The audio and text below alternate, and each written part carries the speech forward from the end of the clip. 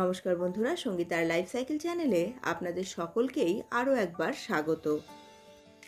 গরমের দিনে প্রধান আকর্ষণই হচ্ছে ফলের রাজা আম। আর আজকে বানাবো ম্যাঙ্গো মিল্কশেক। আম এমন একটি ফল, সেটাকে যেভাবেই খান সেভাবেই খেতে অসাধারণ লাগে। আর ম্যাঙ্গো মিল্কশেক তো বাচ্চাদের খুবই পছন্দের। এটা হেলদি হয়, টেস্টি হয়, আর সবথেকে বড় ব্যাপার বানানো অত্যন্ত সহজ। আর উপকরণও লাগে প্রচণ্ডই কম। আজকের ম্যাঙ্গো মিল্কশেক বানানোর রেসিপিটি আশা করছি আপনাদের প্রত্যেকেরই খুব পছন্দ হবে। রেসিপিটি পছন্দ হলে অবশ্যই একটি লাইক করে দেবেন। আপনারা যদি আমার চ্যানেলে নতুন হন তাহলে চ্যানেলটিকে সাবস্ক্রাইব করে আমার পাশে থাকুন। রেসিপিটিকে সম্পূর্ণ দেখার অনুরোধ রাখছি। তো চলুন রেসিপিটি ঝটপট আপনাদের সঙ্গে শেয়ার করে নিই।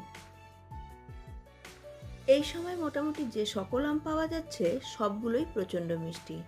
আমি এখানে নিয়েছি চৌসা। এর দু সাইডের অংশটাকে কেটে নিয়েছি। এখানে দুটো আম আছে।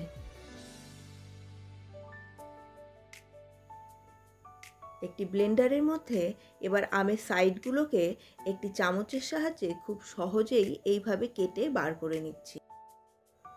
চামচের সাহায্যে খুব সহজেই কিন্তু খোসা থেকে আমের পাল্পগুলোকে কেটে বের করে নেওয়া যায়।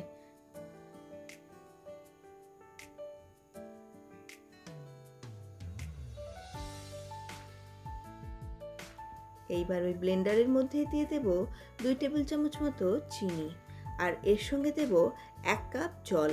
এটা একদম ফ্রিজের ঠান্ডা জল। এবার এই সবগুলোকে খুব ভালো করে পেস্ট করে নেব। মিনিট খানেক সময় লাগবে এগুলো পেস্ট করতে। মিনিট খানেকের মধ্যেই দেখবেন আমের একটা একদম স্মুথ পিউরি তৈরি হয়ে গেছে। এইবার আমের আরও দুটো অংশ থেকে এইভাবে ছোট ছোট টুকরো করে কেটে নিয়েছি। এই আমগুলো দিয়ে ডেকোরেশন করব আমার ম্যাঙ্গো মিল্কশেকটাকে। আর এটা শুধু ম্যাঙ্গো মিল্কশেককে ডেকোরেট করবে তা নয়, এর টেস্টও কিন্তু অনেক গুণ বাড়িয়ে দেবে। এবারে আমের পিউরিটার মধ্যে 1 কাপ ঘন দুধ দিয়ে দেব। আবার এগুলোকে ব্লেন্ড করে নেব। তবে এবার ব্লেন্ড করার আগে আমের এই পিউরির মধ্যে আমি একটা ভ্যানিলা আইসক্রিম দিয়ে দিয়েছি। যদিও এটা অপশনাল, তবুও এটা দিয়ে দেখবেন, ম্যাঙ্গো মিল্কশেকের টেস্ট অনেক গুণ বেড়ে যায়। এবার সবগুলোকে নিয়ে আরও মিনিট খানেক ভালোভাবে ব্লেন্ড করে নিলেই তৈরি আমের মিল্কশেক। বন্ধুরা, আমার আমের মিল্কশেক বা ম্যাঙ্গো মিল্কশেক বানানো কিন্তু কমপ্লিট। এবার এটাকে সার্ভ করে নিন। যে কোনো কাচের গ্লাসে এটাকে দিয়ে ওপর দিয়ে দিন আরও কিছুটা ভ্যানিলা আইসক্রিম। এই ভ্যানিলা আইসক্রিমের ওপর দিয়ে আবারও দিয়ে দেব কিছুটা আমের এই চাংসগুলো। এগুলো দারুণ লাগে খেতে। এগুলো যখন মুখে পড়ে তখন সত্যি ম্যাঙ্গো ফ্লেভারটাও আপনার মুখে চলে আসবে। আর এইখানে সাজিয়ে দিন সামান্য পুদিনা পাতা দিয়ে। এটা সত্যিই আপনার খুব সাধারণ ম্যাঙ্গো মিল্কশেককেও একটা অসাধারণ লুকস দেবে। এই মিল্কশেক শুধু যে খেতে সুন্দর তাই নয়, এটা দেখতেও লাগছে অপূর্ব, একদম দোকানের মতো। আশা করছি আমার আজকের এই সহজ কিন্তু ডেলিশিয়াস ম্যাঙ্গো মিল্কশেকের রেসিপিটি আপনাদের পছন্দ হয়েছে। এই সহজ রেসিপিটি পছন্দ হলে অবশ্যই বাড়িতে একবার ট্রাই করে দেখুন।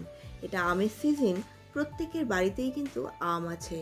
একবার হলেও আজকের রেসিপিটি ট্রাই করুন। রেসিপিটি ভালো লাগলে অবশ্যই একটি লাইক করে দিন।